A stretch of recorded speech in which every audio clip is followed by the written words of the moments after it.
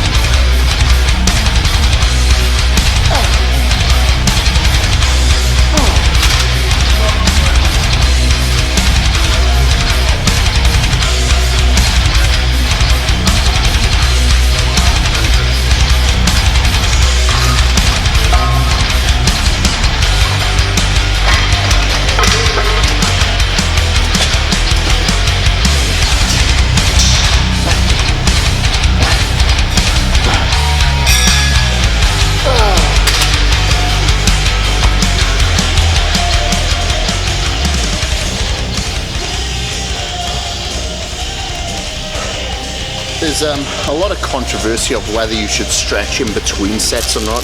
You know, some parties will say it makes you feel weaker. I've never really felt that, to be honest with you. I've tried not stretching, I've tried stretching. Didn't really make that much difference in regards to my strength. But I tell you where it did make a difference in a positive manner was just improving the flexibility of my joints so they weren't so tight. So remember, I do like to participate in other activities outside of bodybuilding, whether that be swimming, whether it be snowboarding or cycling or running or Spartan events, whatever. That versatility and flexibility, especially when it comes to yoga, really, really does help me. And not only that, if I really stretch the muscle hard, in between sets where I'm focusing on stretching the fascia, which allows more blood into the muscle and allow more room for the muscle to grow. Then you get a much better pump, you feel fuller, you get a rounder, denser appearance, or a rounder and more separated appearance to your physique, especially if you're someone like me who has flat muscle bellies. I can't understand why people don't do more of it, to be honest with you, help prevent injuries. And it's something that I strongly suggest anyway. People can hate on it, but you can do what you guys want to do, I'll do what I want to do.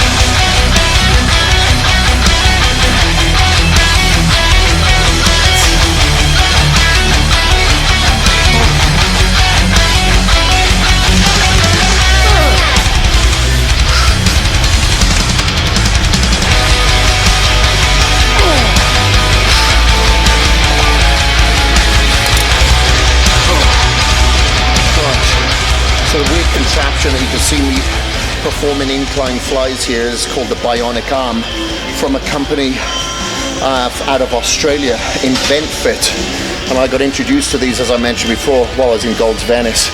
Myself and former classic physique Mr. Olympia Danny Hesser were using these together and absolutely loved them. So thank you, Danny, for that introduction, mate. Think of doing incline cables on this, but with so much more intensity. When you get past that midpoint, from there where usually your muscles disengage when using dumbbells, it actually accentuates. So it's really difficult to get your hands together when fatigue sets in. So you probably haven't got these available to you. Do incline cables instead. And it's tough, man. Like, I've only got 25 pounds on there and I'm struggling. I'm contemplating going lighter, but I think I'll just increase my rest period just so I can recover, because I am, as I mentioned, very, very weak at the moment. So it's going to take time for my strength to come back. And so I'm just going to have to be patient, and just think form and function over weight and resistance,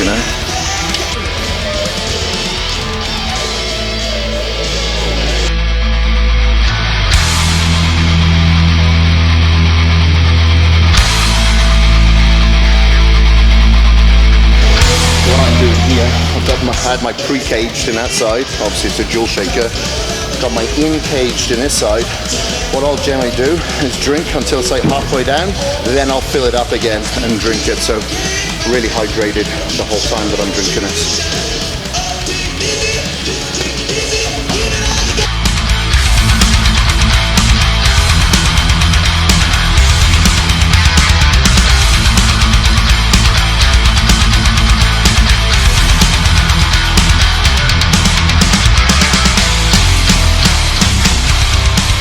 Alright, so I'm finishing off with a decline press here. I would usually be doing dips, so if you do have a dip machine or parallel bars, use that, but I don't have that available in this gym, so I'm doing decline press, which is okay. It just feels a little bit uncomfortable since my shoulder surgery. The weird thing is I wasn't able to do incline press properly before with a barbell, because that was too uncomfortable before my surgery. Since my surgery, that's more comfortable. Decline used to be my most comfortable, and now it's my most uncomfortable. It's so weird. But dumbbells gives me a little bit more free range of motion, so it allows me to navigate this side as opposed to being in a stuck position on this side as you would be with a barbell. So that's the good thing about it. So I'm just doing 4 sets here, and whilst I'm doing these sets, in between I'm going on to triceps just for a few warm-ups, because I'm going to be hitting triceps next. So I want to make sure that I get the synovial fluid flowing into my joints, warming up the triceps before I start pounding into it, just to be a little bit more efficient with my time, I don't like to stand around and wait for too long.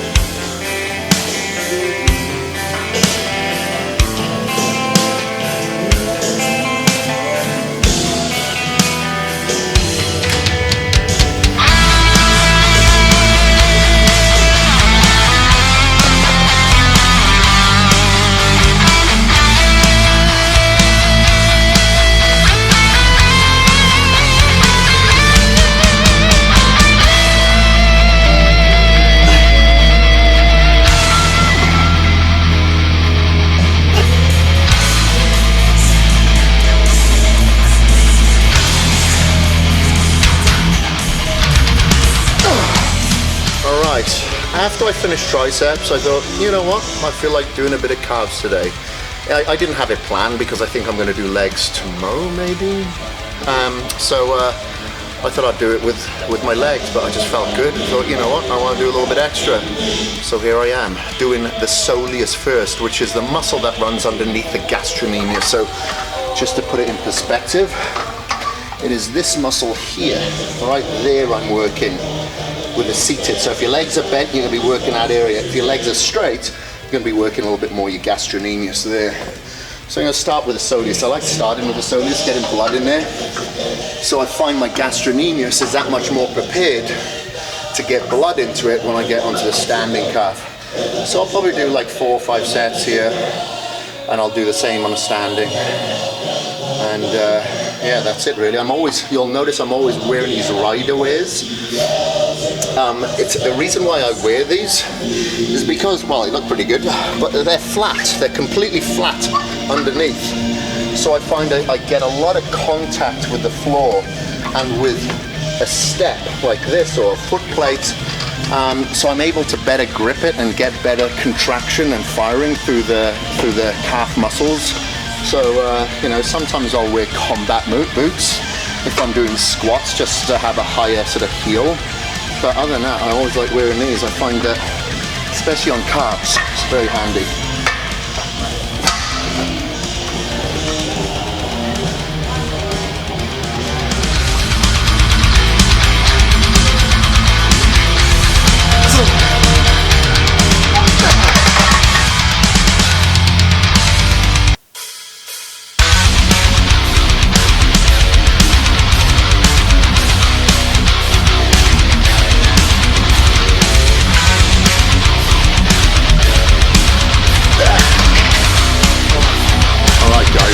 Is the end of day 3, I think it was today. So smashed the chest, followed that up with triceps. This may change next week, by the way, so make sure that you follow. And then followed that up with calves. If you want to look at the sets and reps exactly as I did them, look at the page below and you'll see I actually distinguish it there. If you do have any questions, please ask them below as well. This is going to be a long journey, but I've got a lot of patience. Like I said, this is at least 6 months, 6 months plus, 6 months minimum, for me to try to pack on the size that I'd lost and be better than what I was before. I'm not really motivated by getting back to the same. I'm motivated by evolution and thinking outside of the box. And like I said, there's a lot of biohacks that go with that, you know, quantifying your sleep, making sure that you're staying hydrated, taking the supplements at the right time, making sure that you're eating at frequent intervals, and the sources of those foods are organic, humane raised, locally grown. The ingredients that you're putting into your system are patented, fermented, organic, efficaciously dosed, and no crap. No, you know, this isn't a justifiable reason for you to go out and eat a lot of shit and just go, well, that's got the same amount of calories as that. Every calorie has information. So I only want to feed the information of calories that are not inflammatory. No sugars, no lactose, you know, like high levels of sugars coming from dairy, no high levels of fructose. You know, I'm making sure that everything that I have doesn't have antibiotics in it, no artificial colors, no artificial flavors, no glyphosate.